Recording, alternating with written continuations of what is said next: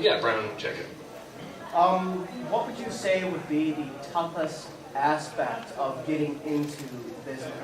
For me, it was trying to decide what I should review and how to keep it unique from everybody else so that I can have my own voice.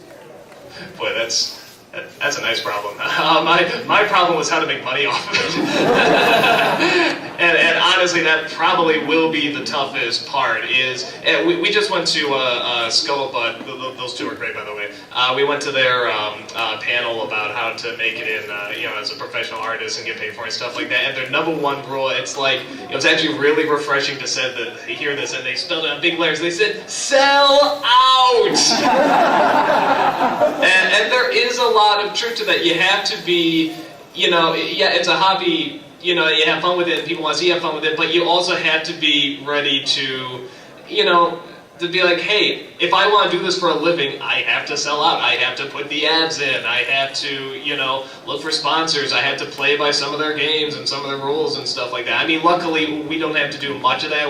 It's pretty free, but both of us have had to, succumb to some rules. And you don't know the rules until you go through it. So I think finding your own voice, I don't know. I think it is just sort of be honest. If you want to create a character, that's fine. But even with the character, be honest. Like, don't try to force him or her, whatever your character is, to say something they wouldn't say. So it's probably that's all I got. Yeah, definitely in the sellout angle. There's a quote that a lot of the people who do hate me like to take out of context and was repeated once, and that was, if I wasn't making money doing this, I wouldn't be doing this. People like to say that he's only in it for the money. God, he sucks. No, it's that I love this job. This is probably the best damn job in the world, but it's not easy to start up. And it's not easy to do week after week after week after week. And as a result, if I was not getting paid for this, it's just too much time to put into doing this kind of thing without getting something back in return. And for me, it's two things. One, seeing all of you awesome people and getting to answer questions and coming to awesome conventions. And the other thing is, I need to be able to make money off this. I need to make this worth my time. Now, from the finding your own voice thing, part of it, is honesty. Part of it is just how you express yourself. How do you present yourself? Do you try to imitate someone out there? No, of course you don't. You just have to present yourself, and you have to speak clearly, make your point, and say, this is why this is bad, and if you agree with that, great. If you don't agree with that, well, nothing I can do about it. And over time, your own creativity can create your own persona or characters that evolve from yourself. Brad Jones, the cinema snob, he hates every single movie that's presented on his show, supposedly. The actual person, he loves this exploitation stuff. All of those weird kind of pornos and spoofs of whatnot. Sure, they're painful to get through sometimes, but he does love just schlocky kind of movies. He's very much the opposite. You'll find this out with, actually, people that play really good jerks, I find, are usually the opposite of what you think. Like, he is, you see him online and, oh God, I hate this movie. He's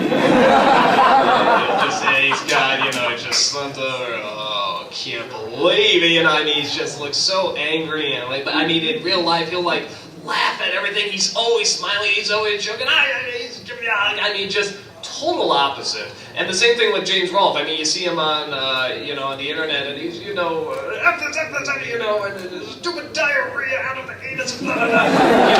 In real life, it's so, you talk to him in real life, you say, yeah, that's cool. Yeah. He's really quiet. Yeah, he's very quiet, and all the energy and stuff really does he saves it for his videos,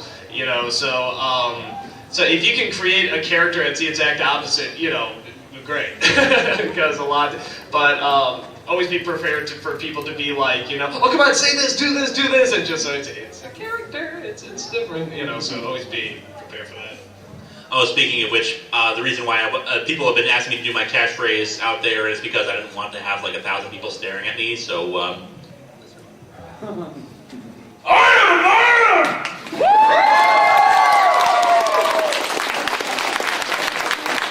Oh yeah, there's another tip. Internet memes. Actually, the last thing I'll say, because we've been on your question for a long time, the last thing I'll say about that, with that in mind, try your best not to force the internet meme. Let them come very naturally. Like, sometimes, I like the "I was frozen today" line. It's like literally the whole reason we did that review is just so we could talk about that line. But even then, it's like my brother and I, we would quote that all the time, and just in the middle of a conversation or argument, one of us would quote, we'd just laugh. It's like that would solve the argument. So if it comes very, but let it come very naturally. Try not to force it too much.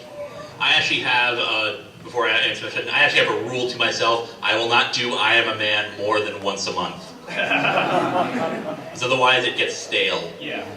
That's the problem with memes. They get stale after a while, but unless you take a fresh spin or you don't do it as often as people want you to do it, then it can live on longer. Let's go red shirt in the back, standing back there. Which review was your favorite one that you ever did? That's kind of a split between Amazing Fantasy number 15. I actually think that's my funniest review ever. Or Bimbos in Time.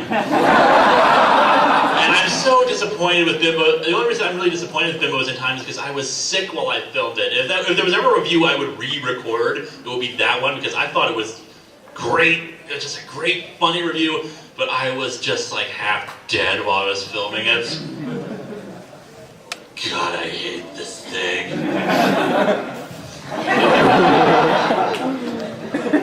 For me, it's it's a toss-up probably between the Tom and Jerry movie and the Casper review.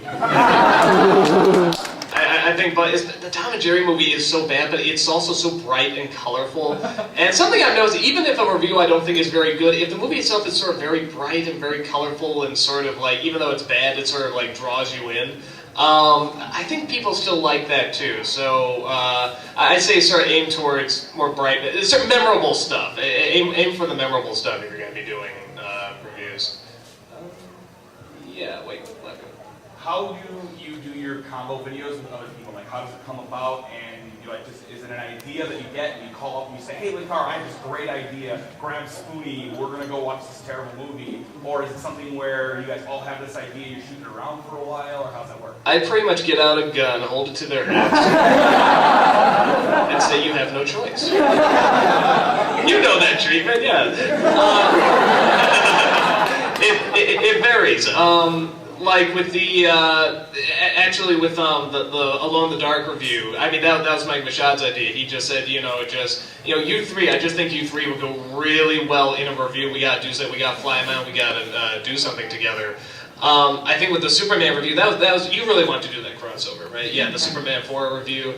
I'm trying to think. I think I really want to do. Brad Jones lives very close not super close, but I mean he's in Illinois, so it's easy to get him up. So we were just like, okay, why don't we do Leprechaun or something like that? Just I'll have you up here.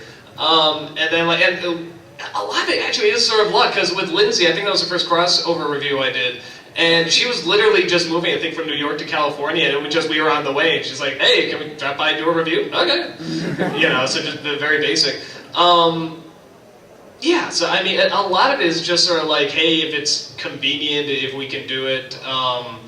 I don't think it's like, it's very rare that it's like, I must do a review of this person, but if it's possible, it's like, yeah, if it's two really good personalities working off each other, it works out pretty well. In terms of the anniversary crossovers, when those happen, a lot of it is just, a lot of us, we do watch each other's work. Sometimes they don't have enough time to watch everything, but we really want to do something with them, and it really helps if there's something that's kind of a cross-pollination between our two genres, like me and Film Brain doing The Spirit. Or with Spoonie, I've been looking for the Warrior comics for a while, and he told me that he had them, and he would mail them out to me, and I was like, great, I've been looking for these things forever, and he's like reading them himself. He's like, dude, if you're not going to review these, I'm going to do it myself, because oh my god! And as a result, it made it convenient for me, because I really wanted to talk about Wolverine Adamantium Rage, so we thought, hey, let's do a crossover. We'll have one review kind of slip into the other, and it all works out. A lot of the time it's just us having something that we have a shared interest in that we both want to do a review on. It just makes it more convenient when we have the anniversaries to just come together and do those. Or we'll just do a funny skit and we just want to say, hey, you come over here and do this. Okay. Let's go. You with the Jane hat. What's your favorite crossover reviews other than the anniversaries? Yeah, it has to be with Linkara. That Superman 4 review was cursed. Yeah, there was a lot of problems with it. Do we give them the story? I want to tell the story because it's probably a good example of how sometimes a great idea can just not necessarily flop, but just really become difficult. Because as any of you who start out being internet reviews, you will see how much time and effort can sometimes go into them, and how much pain can come as a result of it, especially when it's something you really want to do. I originally wanted to do the Superman 4 review during the first anniversary, during the Brawl and stuff. And I wrote up a script, and I sent it to Doug, and he was like, okay, this is good, but I don't know if we'll have time to do it, because I got to do the crossover with the Nerd, and we got the Brawl, and we got all the other crossovers. I was like, okay, but can we at least film the beginning of it? We'll just do a thing where I'm in front of a green screen, or I'm in your house or something, and I'm taking over your show, and I'm wearing the Nostalgia Critic outfit. He's like, okay, we'll do that, and we did it. Green screen turned out horribly. And so we're like, okay, well, we got this Alone in the Dark thing. We'll go up there in August and we'll do that, and it'll be great. And everything, yeah, we're gonna actually do it in the same room together. And he lost his voice, which is why Alone in the Dark review, he's typing on a laptop during the entire time. So okay, well, he had recovered enough of his voice, so we'll do it again. We'll film the intro in your Nostalgia Critic room. It'll be great, and it'll still be funny. Let's go overdub it, I think. Yeah, you were going to overdub it. Plus, there was this great thing with Spoonie popping up from under the desk, too. I think it was wearing the Spoonie robe, too. Do you need me for this scene? Get out of here! But... That's my fault. Actually, Marehouse talking about don't use tapes. Yeah, the tapes they had people on the tape. It got really glitchy, and it was just beyond saving. And it's just, yeah. So, okay, fine. I'll dress up in a black jacket, a red tie, and a hat, and I'll do that. Actually, that was like a baseball cap with the logo of black electrical tape over it. Okay, we'll just do that, and okay, we'll film 2 separate locations, it'll be great. I had switched the focus on my camera. If you notice, a lot of times, sometimes it'll go blurry. It's because I don't trust manual focus after what happened with that. I recorded a Silent Hill review, then I recorded the Superman 4 review, and then I reviewed the footage. It was all blurry! I love your guys' reaction. So I had to re-record all the live action stuff, so that's basically 3 reviews in a row. You will get parched, by the way, doing this. I really recommend having a drink on hand. So I had to re-record that, and then I finally sent all the footage to him.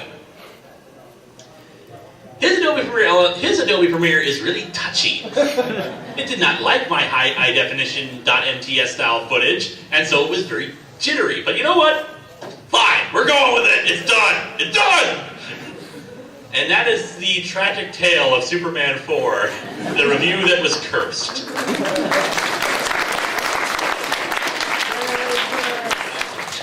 I thought it went fine. Oh, sure, everything went fine for you. Blurry cam for you.